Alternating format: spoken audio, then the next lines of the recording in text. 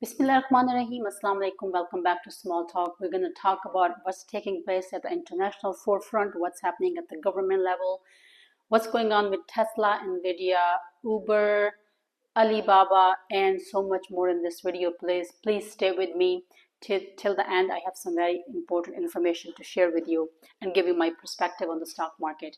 So first thing first, let's talk about some of the international affairs that took place in the past couple of days. Sorry, I was missing from making videos.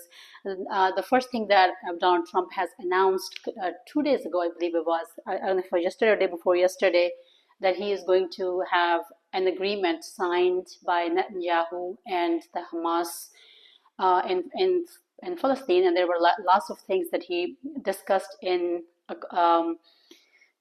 a meeting with some of the reporters. So first thing he said was that they are going to have Hamas leave the country and give them the pathway to enter into any other country who's willing to take them.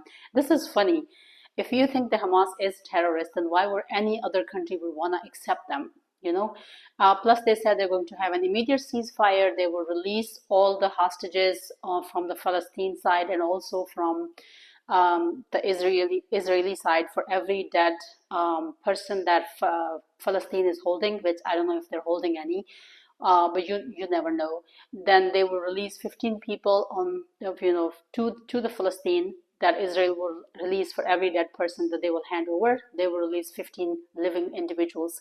They also said that after the ceasefire, they're going to have maybe two-state idea, which means there will be a Palestine state and there will be an Israeli state. And then reporters asked him if they're willing to answer any questions, and he said no questions. And then he turns towards Netanyahu and he said, do you want to answer any of the questions? Do you want to take any questions? And he almost choked. And he said, well, I think we'll have plenty of time in the future to answer any of the questions that the reporters might have. Seriously, honestly, that whole agreement, when they were doing this, they were, meeting and they were announcing all this. By then, Hamas had said that they have not received any contract from Netanyahu or Donald Trump. And they said Donald Trump is going to run the Gaza and Palestine until they, until they decide who's going to take over. So, having said that, Hamas has denied of receiving any agreement from Netanyahu by then, which means Donald Trump was lying to us. These politicians have a habit of lying to us constantly to our face. He said, well, listen to the process is being signed, and as soon as it's signed, we'll make an announcement and all that good stuff. And that's why they were probably not willing and ready to take questions. And then also Donald Trump said, do you want to take a question maybe from someone who's friendly? Israeli reporter, means not a critical one or not somebody who is pro-Palestine. That just tells you everything, like what they're doing. Obviously, they're lying to you on your face. And then recently, I've seen lots of news on the international media. I'm from Pakistan, so Pakistani news channels have been reporting. Some of the Arab countries have been reporting as well, and they did say that about lots of countries have agreed to this agreement for temporarily basis, at least, because there are lots of, including Pakistan. Mind it, Pakistan has not accepted Israel as an independent state till now. They don't believe that Israel is a state, and they don't believe that Israel should exist. They think it's the state is Palestine, and it was always Palestinians, and it belongs to Palestinians. Israeli were just the migrants who came from Europe in the World War II, and they just stayed there, and then they occupied the entire Palestine and then claimed that it was their homeland. So for that reason, Pakistan has never accepted Israel as an independent state. But in this agreement, along with so many other Muslim countries, Pakistan has also came to the agreement that, okay, if this agreement goes through, Pakistan is willing to accept the agreement, at least for now. And I think the reason being is, but that's just my analogy, I could be wrong. I think the reason why Pakistan has accepted it is because they just didn't want to be the odd ones out, because since recently Pakistan had lots of good terms with some of the Arab countries and Muslim countries, and they, I guess, don't want to ruin the relationship with them that they're newly building with all these Muslim nations, particularly with the Saudi kingdom.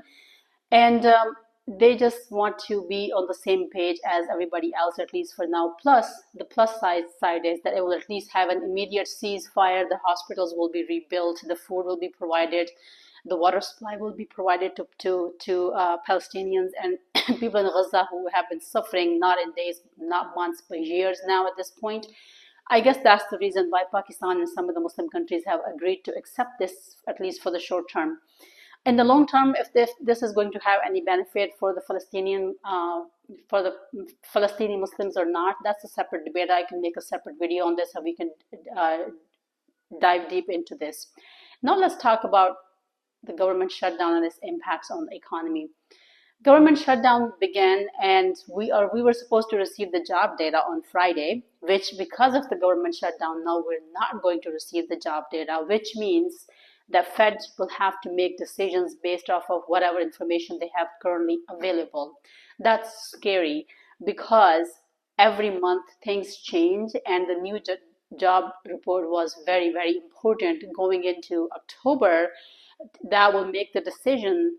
That will make the that will be the reason for decision making for the Fed to decide whether they're going to cut rates, pause rates, and if they're going to cut rates, how, what percentage, whether 25 basis points, 50 basis points, or 0.75%, all those.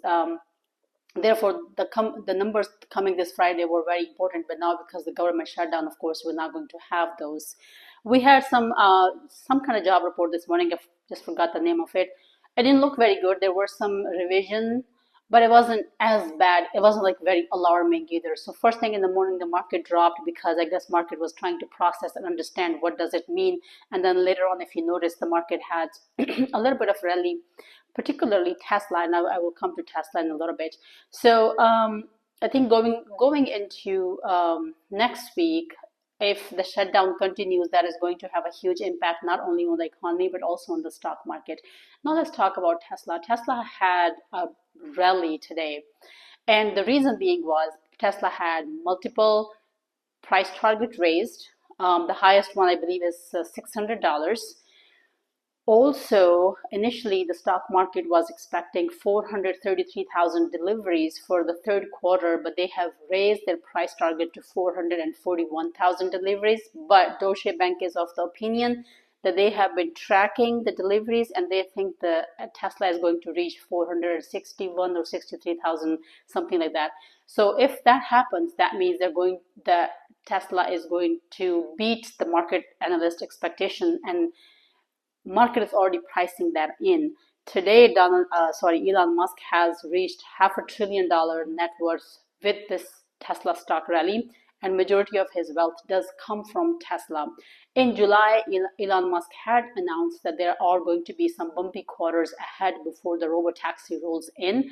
Also, and so this quarter, obviously, I think the deliveries are higher because people were trying to take advantage of the $7,500 tax credit, which ended yesterday, and people were trying to book their cars pre-tax credit period ending, and that's kind of gave a boost to Tesla.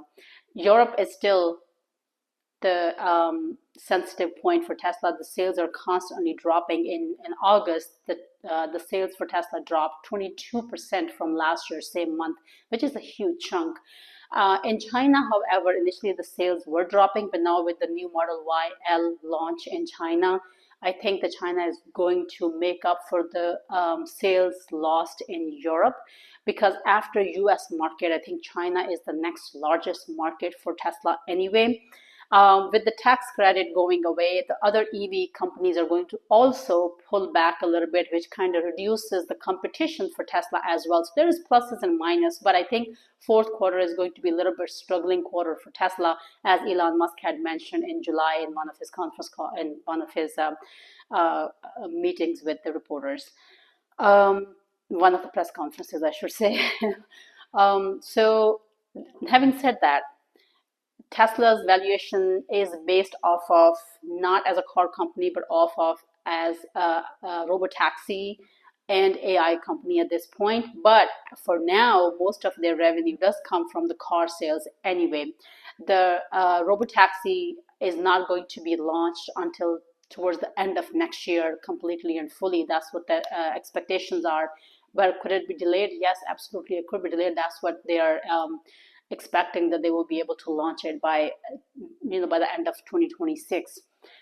So as you have been watching my videos, I've been telling you guys the 400 to 450 was my minimum price target for Tesla by the end of the year. We've already reached that. Congratulations to you guys who listened to me. It was obviously never a personalized financial advice, but that was the advice that I was giving to myself. And I have been holding through all this thick and thin, these pullbacks and this volatility. Yes, it was painful to watch, but I knew that it's going to come back anyway. Now my next price target is going to be 500 before the end of the year. It could go to 587 to be exact. So if it does pass $500 level, the next is gonna go to $587, going to be the next stop. So I'm looking forward to Tesla making me some money. I'm very excited about it. Tesla has also, Elon Musk has also raised their leasing price on their website, not because before the $7,500 tax credit that they were receiving from the government, they were giving it as a discount to their customers when they were buying the car. So it was coming out of their purchase price. And also when they were leasing the car, they were writing that $7,500 tax credit off from their lease price. But now that tax credit has gone, the purchase price and the lease price has gone up. Not so with the tax credit going away, they have not changed the original price, but prices are going to go up because that $7,500 is no longer available for the EV cars. Anyways, fourth quarter is going to be painful, most likely. There could be something lucky that pops up. Maybe Tesla YL launch in China will be so successful that it will make up for all the other losses across the globe. But you never know, because China has been looking forward to this Model Y launch in their country because they need that. So it's going to be obviously very successful, and the sales are going to go higher. But I don't think it will make up for all the loss that took place, the delivery loss that happened in Europe, and it's constantly struggling in Europe anyways. U.S. market, however, is probably also going to slow down a little bit because now that $7,500 tax credit is no longer available. People were trying to benefit from it before September 30th, and that's exactly what happened in third quarter. So therefore, the delivery numbers are expected to be higher, and the revenue is probably going to get better as well. So my price target for Tesla, 500 towards the end of the year, and if it does cross 500, and then we can beat that price because there is a resistance level at 500 level, plus it's a psychological level. So people who've been holding, they might want to take some profit at $500 level, and if that will put some pressure on the Tesla, and the price will pull back a little bit. And once that clears, the next Tesla could rally to $587 next. I want to talk about NVIDIA. NVIDIA has gone straight up in these past few days. From my last video that I posted, and somebody actually lashed out at me, and they said, well, the Tesla has dropped to $173. Who's paying you to lie to us? And my price target towards the end of the year for NVIDIA was $240. And it's funny, I mean, I feel the pain when people are losing money because they think it's going to go to $204 tomorrow, but they don't understand it's a constant pullback, and there's a pullback and there's a rally, and then there's a pullback and rally, because when stocks rally, people want to take some profit. There are day traders, there are swing traders, they don't want to hold them long term. So once they sell, it does pull sell pressure on the stocks, and that's why the prices drop. But that doesn't mean it's going to stay constant like that. So be prepared for the volatility, the pullbacks and the rallies, and people will take profit. But if you're holding it till the end of the year, then don't worry about this day-to-day fluctuation, because then that becomes irrelevant. So you have to wait till the end of the year, and I'm still sticking to my point. I think it's going to go to $240 levels by the end of the year, because they have invested $100 billion into OpenAI, because they want to build the lots of those data centers, and also NVIDIA CEO announced that there are, people were like worried that, okay, younger generation will not have any jobs for them, especially the entry-level jobs will not be available for them. But Jensen Huang said that there will be plenty of plumbers, electricians, and those kind of skilled workers needed, hundreds and thousands of them in the future, because they have to build all these data centers. And he said if you were to build 250,000 square footage data center, you will employ 1,500 employees to build that, and they will be making more than $100,000 just by doing that compared to your other jobs. And then after the data center has been built, they will need 50 full-time employees to maintain each data center, which is a large number. So those the youngsters who have been thinking that they will not have a job, they're saying that there will be entry-level jobs, and they will be making lots of money. Actually, I was reading an article about some young guy who graduated from high school, and instead of going to college, he realized that he should probably get some kind of plumbing or electrician degree, and that's what he did. He went and got an electrician certificate from one of the local colleges, and then he started in his own business when he was 21. And the first year he made $99,000, and this year so far he's already crossed six-figure, and while all of his peers are struggling with the student loans. So yeah, youngster, you have to play wise and smart. Things are changing. AI is taking over, and we understand so many of the jobs are no longer going to be available. But you have to play the system smartly, and you have to know which area is worth your time, money, and effort, and go there. And listen to the advice of these who are the market makers, these people who are running these companies. They know what kind of skills and people they need. Plus, there are so many immigrant workers that they're missing from the picture now. So all these jobs were being done by all the immigrant workers, because the common Americans don't like to do those kind of jobs. So now those jobs are available to Americans, and they can go ahead and utilize their time and get themselves involved into educating themselves to become a plumber, carpenter, electrician, and then work in these data centers and make tons of money, or start their own businesses, as this young man did. Anyway, so that's my price target for NVIDIA. But having said that, some of these stocks are very high valued, and I'm always scared that there may be a small bad news could put a sell down pressure and could crash these stocks. uh, NVIDIA, AMD, AVGO, Broadcom, these companies are very highly valued right now, and very small, minor bad news could have a sell down pressure on these stocks. Just like when DeepSeek was announced, it put a huge sell down pressure on NVIDIA because everybody panicked. People didn't understand what it means to have China is coming up with a DeepSeek chip manufacturing. So they thought NVIDIA is going to be out of business, because Chinese are very good at duping everything and at a fraction of the price. So having said that, if and when the pullback happens, not a personalized financial advice, if you have the money, I know if I have the money, I will buy heavily at that point, because I'm actually wishing and waiting and hoping for that pullback.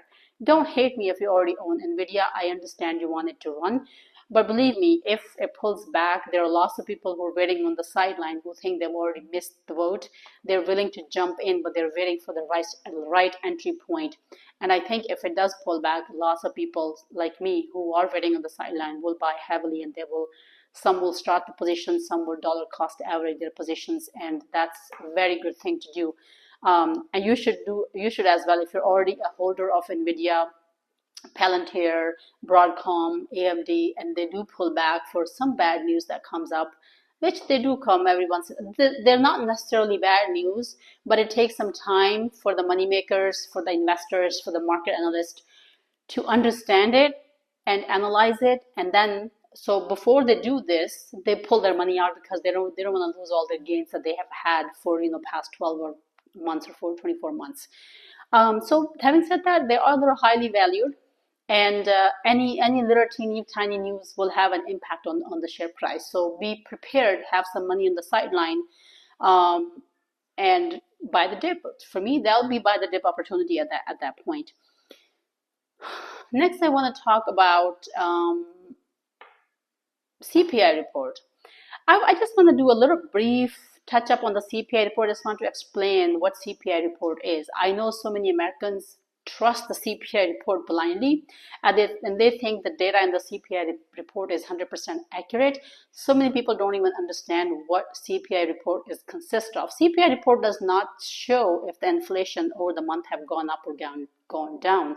With the inflation going up, what CPI report does, the data that's in the CPI report, what they do is like, with the current price, can Americans maintain the same living standard? That's what CPI report is. That's what the consumer price index is. So even though things keep going higher, if you watched Federal Reserve saying, oh, inflation is under control, we're going to have soft landing, inflation is going down. But every time you go to supermarket, you do realize the prices of groceries have gone up, the price of meat has gone up, the clothes, shoes, so many of those things that have gone up, which means inflation is rising, it's not going down. Then why does Fed keep going? The inflation is decreasing. It's because the prices of the commodities and services are not going down. Rather, they look at the index and they say, okay, with the current prices, can Americans maintain the same living standard that they've had before? And if they can, then they say, okay, inflation is under control.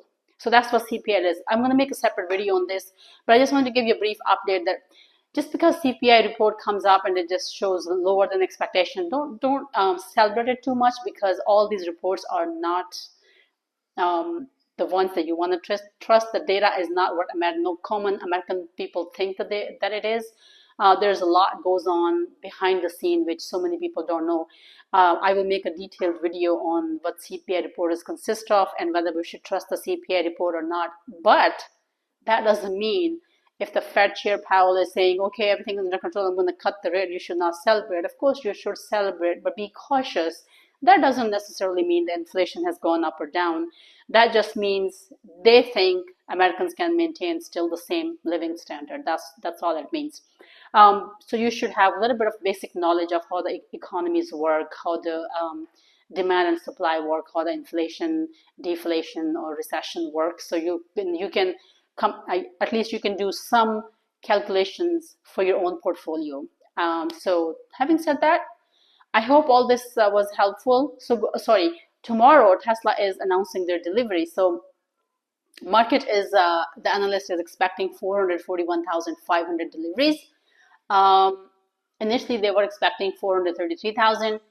Deutsche Bank thinks that they will announce 461,000 deliveries. If that happens, that's going to give Tesla a boost, another boost. Probably not as much of a run as it ran today, because it could be like sell the news type of event. Okay, deliveries were good, boom, it ran so much, let's take some profit, and then wait for the next big news. So that's probably could happen. But in the long run, I'm very bullish on Tesla, NVIDIA, Palantir, AMD, Broadcom. All of these good companies are going to do very well. As Dan Ives keeps saying, it's only 10 p.m. The party's going to go up until 4 o'clock in the morning. So with NVIDIA, Palantir, and all these AI stocks, I think you should buy heavily. Not a personalized financial advice though. And hold them for next 3 to 5 years and you will retire. 10 years is even better if you're younger. I don't plan for 10 years because I'm old lady and I don't know how long I'm going to live. Plus, even if I get to live the next 10 years, I want to spend some money in the next 3 years because I just want to enjoy it, right? So my plan is the next 3 to 5 years, at the most, that's it. But if you're younger, a college student, high school student, or freshly graduated and just started your job, 10 years is not that difficult to hold. Keep dollar cost averaging, and these stocks will make you a millionaire, inshallah. So not a personalized financial advice. Of course, do your own due diligence, look at your own finances and make decisions accordingly. I hope this video helped. Please give my video a thumbs up. Subscribe to my channel if you haven't already. Until next one, take care, be safe out there, and go make some money.